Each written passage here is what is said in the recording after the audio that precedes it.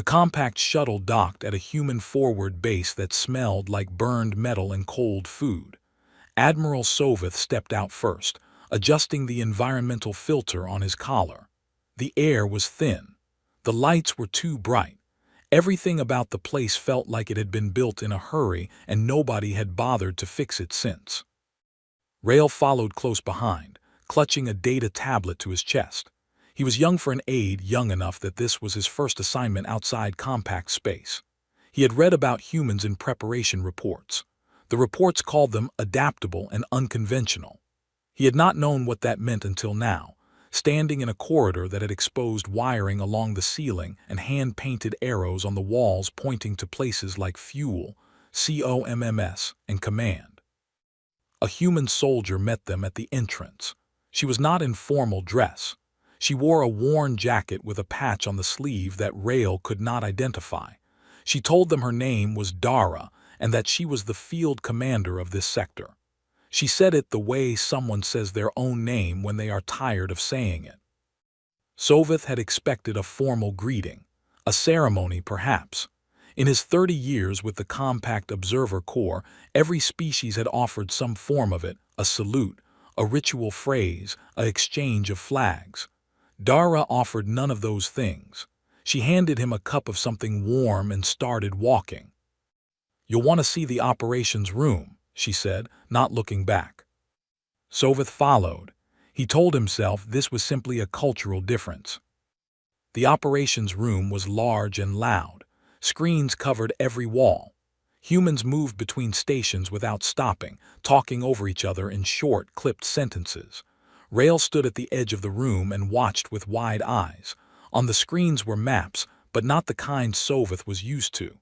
There were no colored front lines, no designated engagement zones, no markers showing where each side had agreed to meet.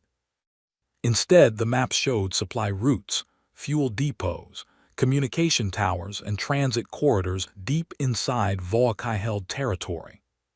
"Where is your front line?" Soveth asked. Dara looked at the screens, then back at him. "We don't use those." Soveth waited for her to elaborate. She did not. She turned back to a human beside her who was showing her something on a smaller screen. Soveth caught a few words: night window, sensor gap, unguarded transit, before the conversation moved too fast for his translator to keep up. Rail stepped close to Soveth and spoke quietly. "Admiral, the Volkai sent their formal engagement declaration this morning.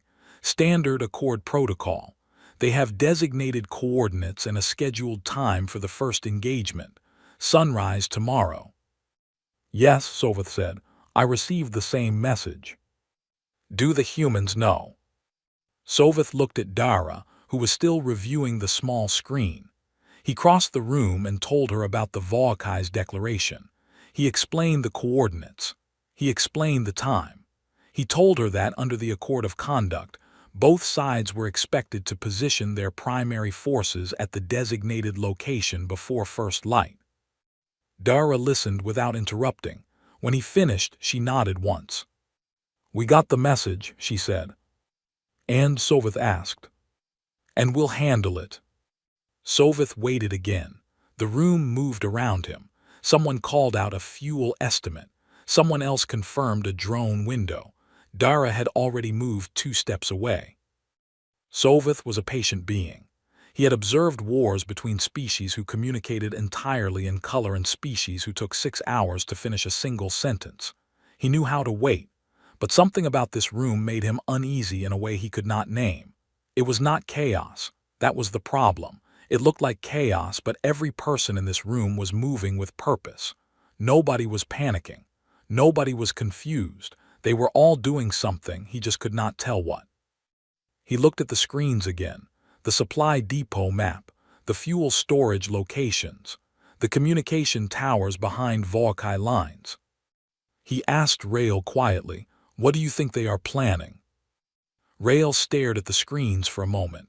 "I don't know," he said, "but they are not planning to go to the designated coordinates tomorrow." Soveth wanted to disagree. The Accord was 3,000 years old. It had survived wars between species that could not breathe the same air. It was the foundation of how the compact conducted conflict, controlled, structured, survivable. He looked at Dara one more time.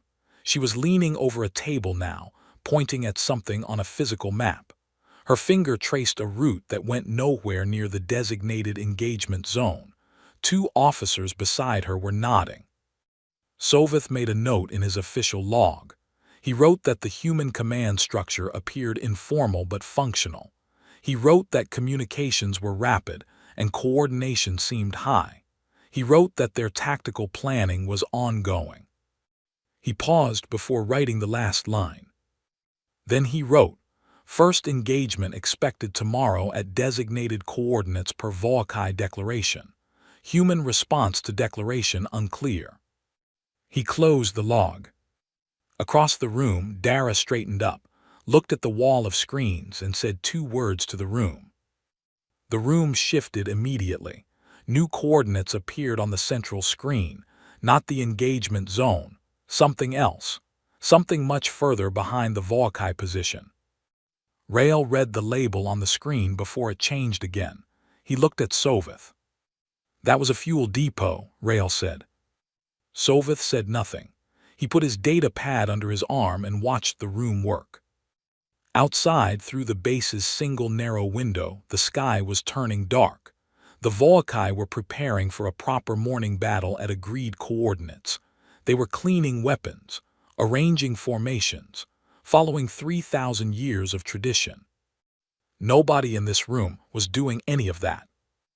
The message from the Volkai came at exactly the time their protocols required, 12 hours before the scheduled engagement. It was formal, polished, and followed every tradition of the Accord of Conduct down to the final punctuation. It named the coordinates. It named the hour. It confirmed the number of units each side would field in the first engagement. It even included a traditional phrase of respect, which Rael translated as something close to, "May the better force prevail with honor." Captain Burris read it at his station, leaned back and said, "Nice of them to remind us where they won't be tonight." Rael heard this from across the room and did not understand it. He wrote it down anyway. Sovith had spent the night reviewing compact law, not the Accord of Conduct. That was a voluntary framework, not a treaty obligation. He had known this technically for years, but it had never mattered before because every species that joined the compact had voluntarily adopted the accord within their first decade of membership. It was simply what civilized species did. Humanity had been members for 11 years. He found the relevant section of the membership treaty just before dawn. He read it 3 times. He sat with it for a long time. Then he went to find Dara.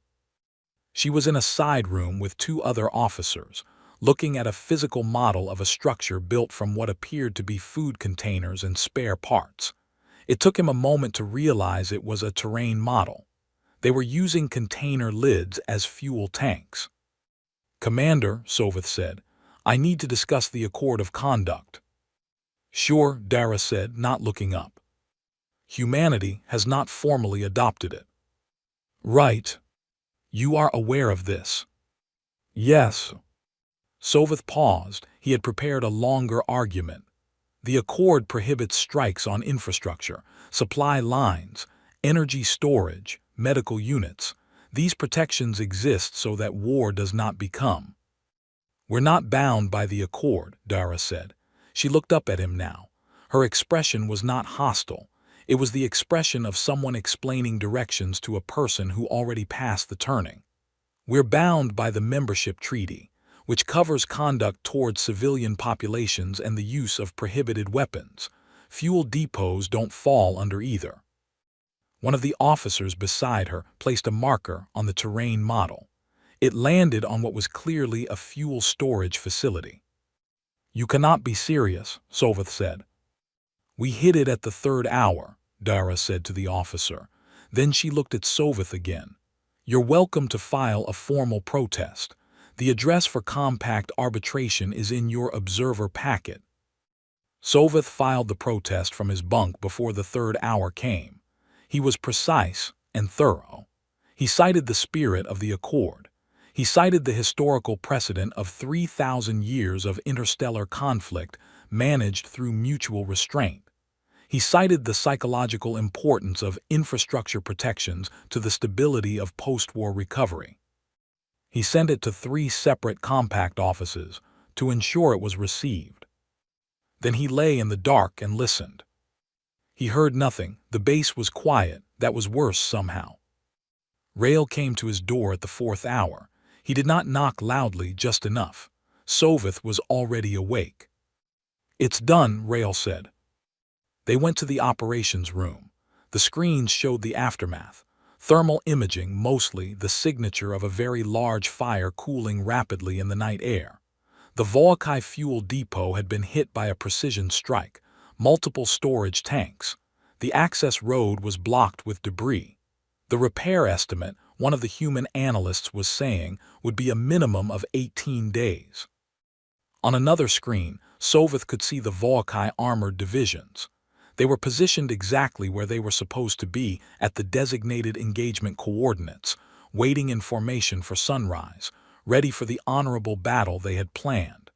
Their vehicles' fuel reserves were enough for a standard engagement day. They had not expected to need more. Why would they? Supply would flow from the depot overnight, as it always did. It would not flow tonight. By morning, the Volkai commander would be looking at formations that could not advance, could not maneuver, could not pursue. They could fight in place. They could not fight a war. Rail stood beside Soveth and watched the screen showing the cooling depot. After a long moment he said, "They are going to win this, aren't they?" Soveth did not answer.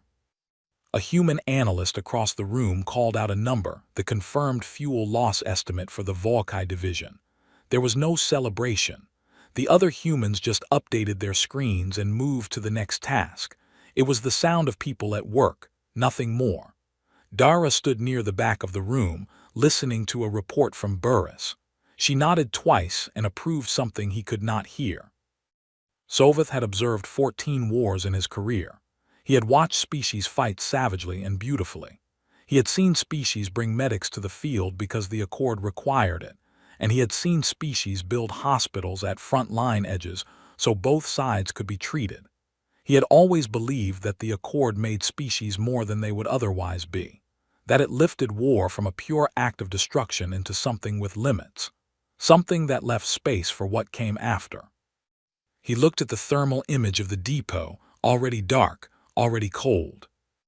He thought about what Dara had said. The membership treaty covered civilian populations and prohibited weapons.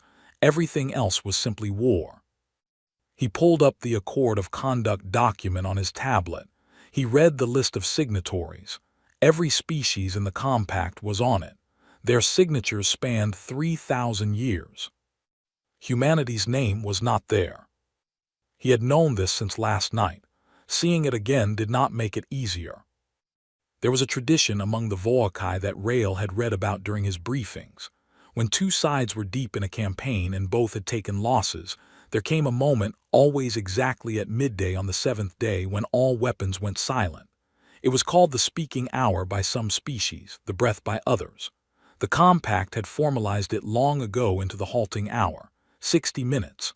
No movement of forces, no strikes, no transmissions of tactical data. A pause that every species used differently, some to prey, some to retrieve their dead, some simply to rest.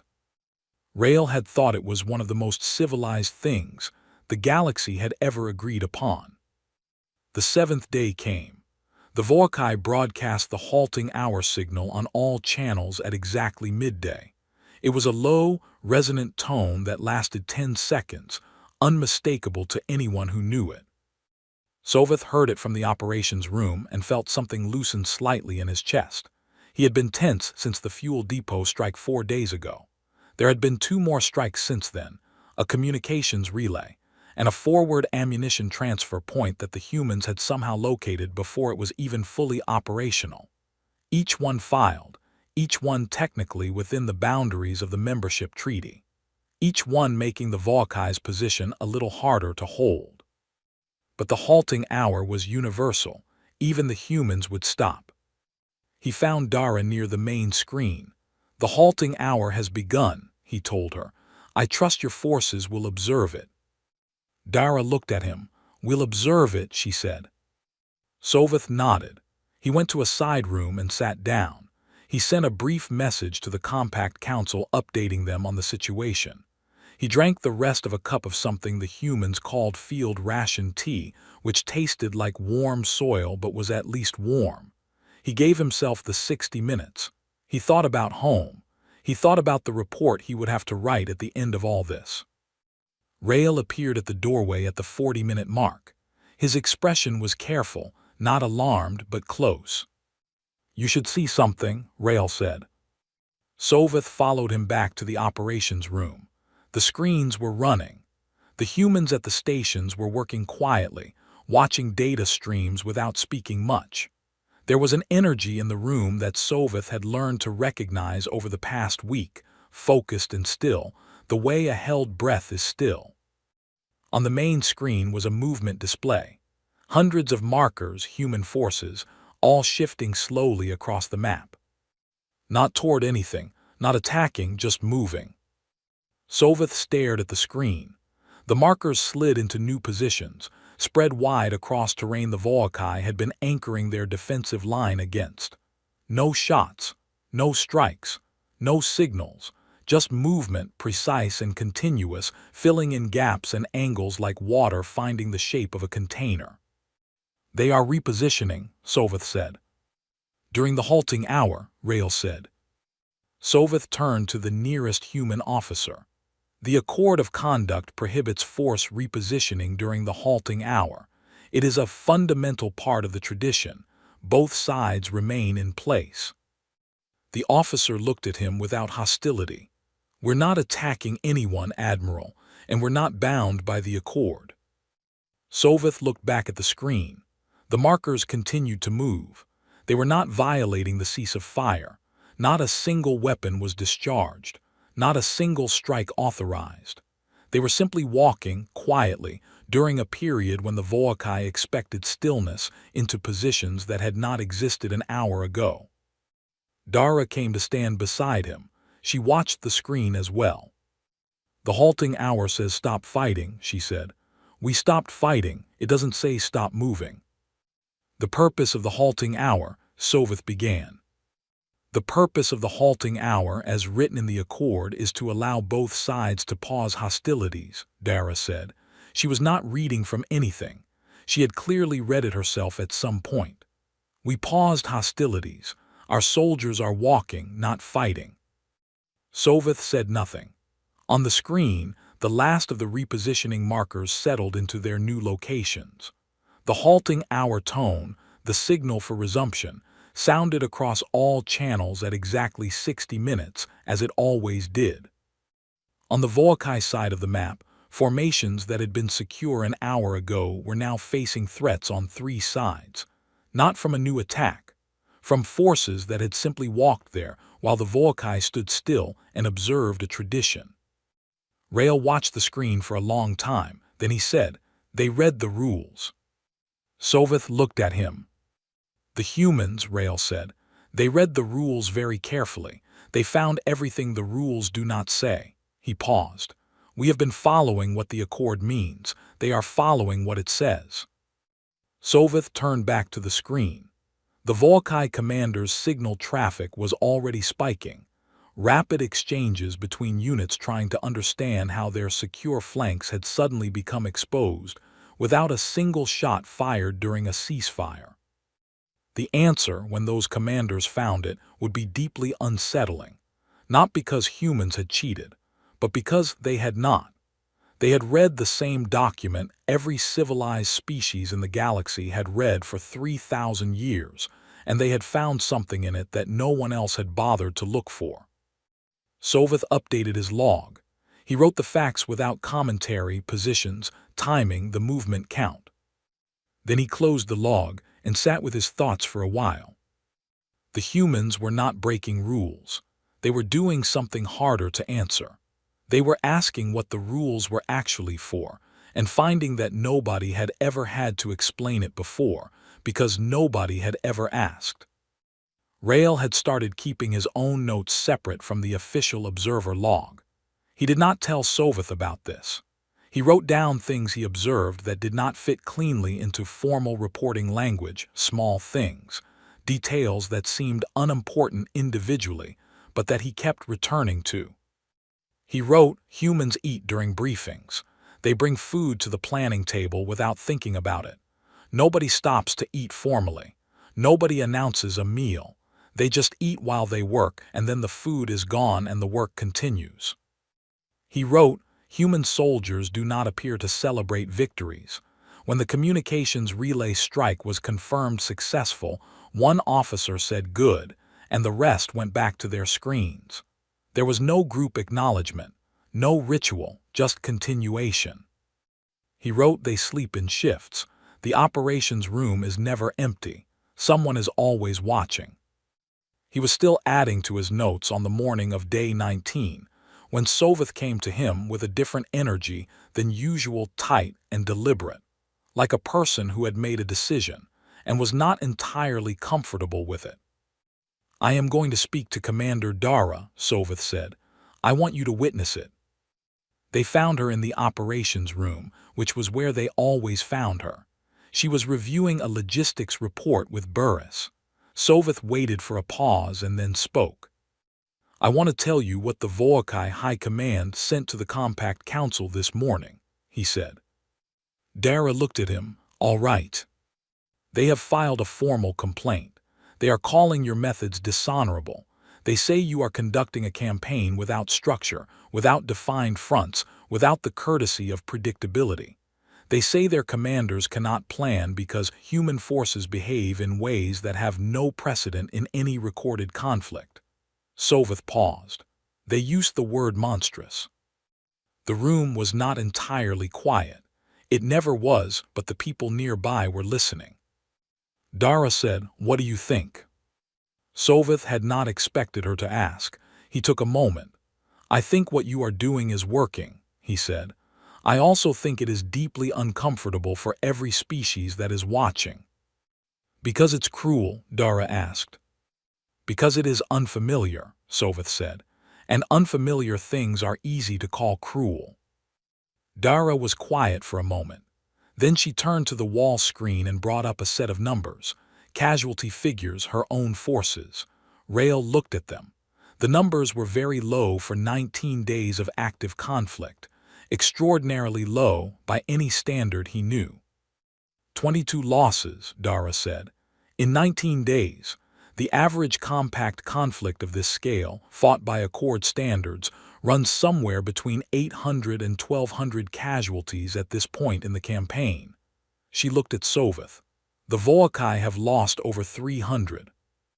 Soveth said nothing. The Accord makes war survivable, Dara continued. Her voice was level, not angry, not cold, just clear. It gives both sides time to recover. It protects supply lines so armies can keep going. It creates rest periods so soldiers don't break down. It is very well designed for keeping a war running for a long time with manageable losses on both sides. She looked at the screen again. I don't want a survivable war, I want a short one. Rael wrote that down later, word for word. He thought about it for the rest of the day.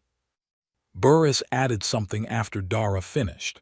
He said it to no one in particular, looking at his own screen. Every hour this goes on, somebody else can get hurt. The fastest way to stop people from getting hurt is to end it. Soveth stood in the operations room for a while after that. He was not sure what he had expected Dara to say. Perhaps that it was simply tactics. Perhaps that the Accord was for other species. Instead, she had laid out the logic of it without apology or aggression, and the logic was, in its way, sound.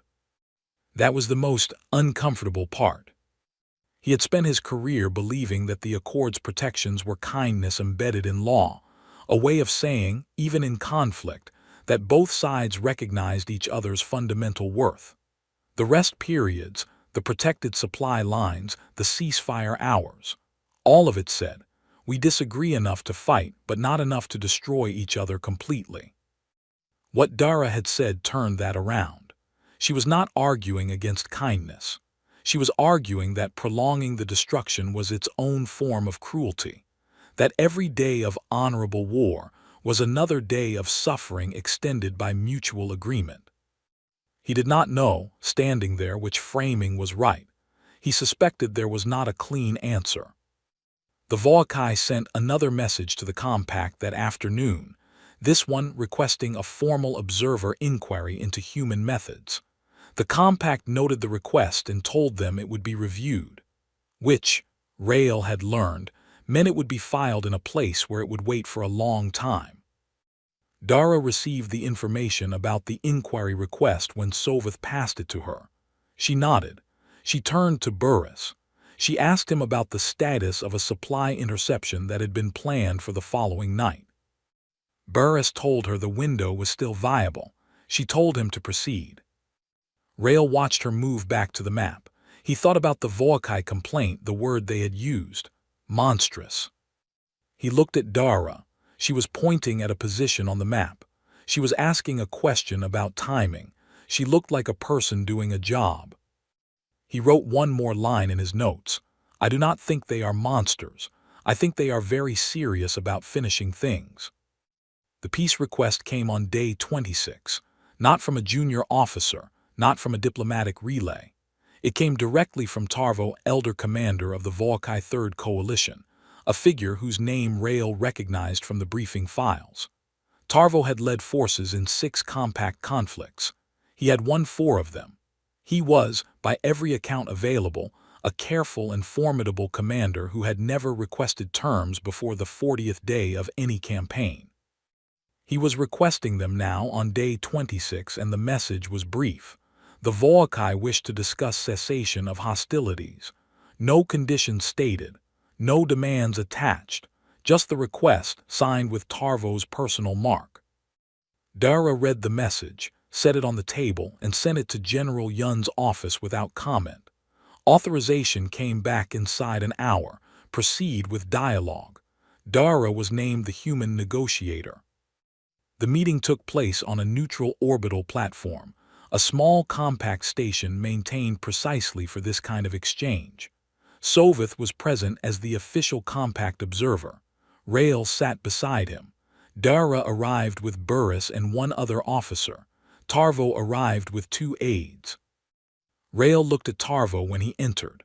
The Volkai elder was large, even by Volkai standards, broad across the shoulders, with a pattern of dark markings along his neck that Rael had read indicated senior rank. He moved slowly but not weakly. He sat across the table from Dara and folded his hands and was still. The formal portions took less than 2 hours. Both sides had reviewed acceptable terms through their chains of command before arriving. There was no significant disagreement on boundaries, resource access, or the status of contested regions. The Volkai accepted conditions that would have been unthinkable at the start, but Rael had studied enough military history to understand that this was what happened when logistics collapsed. Tarvo's ground forces could hold positions. They could not sustain a campaign. Without resupply, without reliable communication, without the ability to predict where the next threat would come from, the coherent fighting force Tarvo had built over years had been reduced to disconnected units making independent decisions. It was not defeat by force. It was defeat by disruption. When the documents were signed, Soveth moved to close the formal session. But Tarvo spoke. I have one question, he said. His translator produced a calm, measured voice, not bitter, not angry, genuinely asking. Dara looked at him. Did you feel no shame? Tarvo said. The room was quiet. Not the quiet of tension, but the quiet of a question that had weight. Dara did not answer quickly. She sat with it. Rael noticed this, that she did not dismiss it, did not reach immediately for a response. She actually thought about it. I felt responsible, she said finally, for every person behind me. Shame is what you feel when you have done something wrong by a standard you believe in. I don't believe the standards that would make what I did wrong. I believe in bringing my people home. Tarvo was quiet for a moment. In our tradition, he said, A commander who cannot be predicted cannot be trusted. A war without structure is not war, it is disaster. In hours, Dara said. A war that lasts longer than it has to is its own kind of disaster. Tarvo looked at her for a long time. Then he said something that surprised Rael. He said, "I do not think you are cruel. I think we were not ready for you." Dara nodded once. "We weren't ready for most of you either when we first came out here." Tarvo seemed to consider this. He rose, straightened, and made a short formal gesture, the Volkai acknowledgement of a concluded matter. Then he left with his aides without further ceremony. On the shuttle back, Rael sat across from Sovith and thought about what he had just seen. The war had lasted 26 days. The previous shortest conflict in compact records, a border dispute between the Selani and the Arath, had lasted 4 months and still had not resolved as cleanly as this. "He wasn't angry," Rael said. "No," Sovith agreed. "He just wanted to understand." Sovith looked out the small shuttle window. Below them, the planet where most of the ground action had taken place was quiet, brown and green, unremarkable from this distance, looking nothing like a place where something historically unusual had happened. "He is a professional," Sovith said. "Professionals study what defeats them." Rael thought about that. "Do you think the Volkai will change how they fight?" "I think many species will be thinking about that question," Sovith said. Rael looked at his notes. He had filled more than he usually did in a single assignment. He had not been sure at the start what he was observing, a violation of norms, a breach of tradition, something crude and uncomfortable from a young species that did not know better. He was not sure that was right anymore. The humans knew exactly what they were doing. They had read every document available to them. They had found the edges of every obligation they carried. They had built a method that was efficient, precise, and almost entirely within the legal framework of their membership. And they had ended a war in 26 days that by any normal standard would have continued for months. Rael closed his notes and looked at Dara, who was sitting near the front of the shuttle reviewing documents for her handoff report. She was not celebrating. She was already working on the next thing. He thought about Tarvo's question, "Did you feel no shame?" He thought about her answer, "I felt responsible." He was still thinking about the difference between those two things when the shuttle docked. Sovith submitted his official observer report to the Compact Council 17 days after the ceasefire. It was the longest report he had written in his career, not because the conflict had been long, but because he kept revising it. The facts were simple. The conclusions were not. He had written 3 different versions of the final section before settling on one. The first version called Humanity's Methods a threat to compact stability. He deleted it because it was not accurate. They had broken nothing. The second version called them a concerning precedent. He deleted it because it was vague in a way that official reports should not be. The third version he kept. It read, "The human approach to this conflict was consistent with their legal obligations under the membership treaty and inconsistent with the traditions that govern compact warfare. They did not violate the Accord of Conduct. They were not party to it. Their decisions were methodical. Their targets were strategic. Their casualty figures were the lowest recorded for a conflict of this duration and scale in compact history. The question this raises is not whether humanity broke the rules. They did not. The question is why the rules as written permitted what happened, and whether the compact considers that acceptable." The council received the report. They acknowledged it. They scheduled a review session for 3 months' time. Rael read the final report before it was sent. He thought it was accurate. He also thought it would produce very little change in the short term, because the compact moved slowly and the question Sovith had raised was one that powerful member species would not want to answer too quickly. The Accord of Conduct was voluntary. Making it mandatory would require a majority vote. Species that had ever fought anyone and won by unconventional means, There were more of them than the traditions like to acknowledge, would be reluctant to close that option permanently. The compact would talk about it. That was what the compact was very good at. On the question of humanity specifically, the Council's informal position was already clear before the report arrived. Humanity was too useful to sanction and too careful to expel. They had committed no crime. They had fought and won a war faster than any member species in living memory, with fewer losses than anyone had thought possible. 3 separate compact members had already submitted quiet requests to consult with human military advisors. 2 of those were species that had criticized human methods publicly. Rail noted this without saying it aloud. He and Soveth returned to the compact's regional headquarters aboard a transport that took 11 days. They did not talk much about the assignment during the journey. Soveth spent most of his time writing. Rail spent most of his time reading, going back through his personal notes, trying to find the moment when his understanding of what he was watching had shifted. He could not find a single moment. It had been gradual. Day 1, this seems disorganized. Day 4, this is not disorganized. Day 10, I do not know what framework applies here. Day 19, I think no existing framework applies here.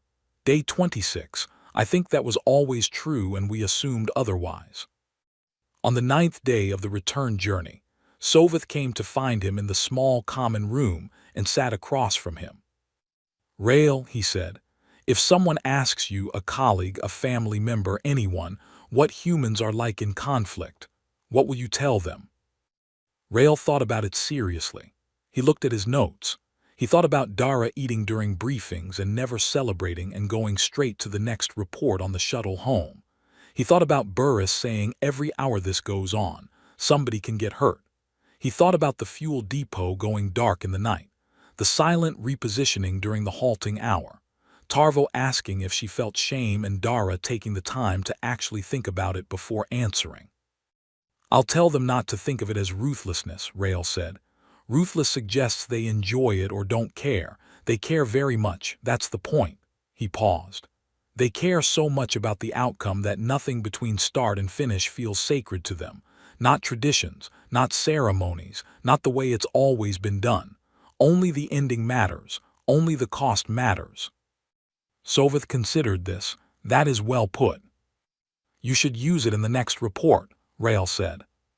Soveth almost smiled. It was the closest thing to one Rail had seen from him in weeks. They arrived at headquarters on the 11th day. There were messages waiting.